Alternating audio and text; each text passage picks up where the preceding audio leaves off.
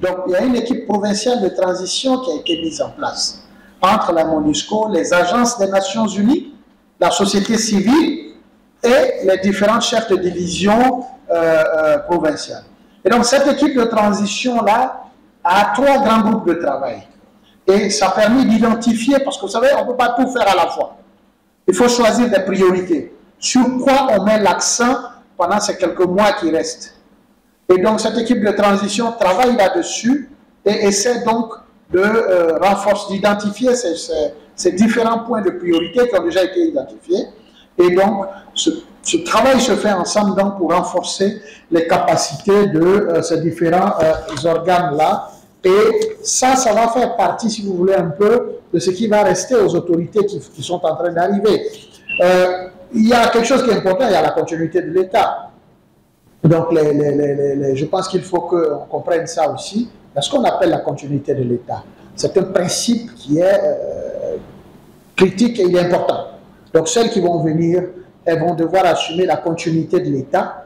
Et donc, il y a tout ce travail qui est en train d'être fait et que vous savez aussi la structure de l'administration au Congo. En fait, vous avez une structure qui est là, qui est immuable, qui sont ce qu'on appelle les chefs de division, qui constituent l'ossature même de l'administration. Donc, ceux-là travaillent donc avec nous pour qu'on puisse continuer avec les différents dirigeants qui vont arriver pendant cette période de transition. Donc, ce plan de transition local, il est là. On va revenir là-dessus dans les semaines à venir pour le finaliser, pour que dans les mois qui viennent, dans les 12 mois qui viennent, on se focalise sur des éléments bien précis. Ça me permet de toucher en même temps sa question, avant de venir à celle-là. Donc, dans ce plan de transition, nous avons toujours travaillé avec les autorités. Comme je vous ai dit tout à l'heure, là, le renforcement des capacités a toujours été au centre de la coopération avec les autorités.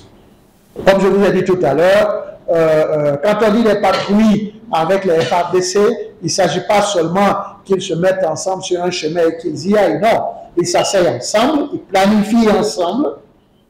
Hein, ils font un travail de militaire normalement, avec des cartes, où on va aller, comment on va y aller, comment on va le faire, tout ça. Et tout ça, ça participe du renforcement des capacités.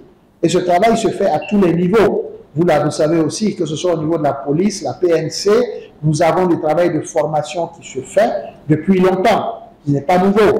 Donc, pour répondre à votre question, il n'y a pas de souci à se faire de ce point de vue-là. Nous travaillons avec les différentes entités gouvernementales. Nous travaillons à leur renforcement de leurs capacités. Donc, il n'y a aucun doute, comme je vous l'ai dit tout à l'heure, si les moyens leur sont donnés pour qu'ils ne puissent pas reprendre en main toutes les tâches sur lesquelles nous les appuyons maintenant.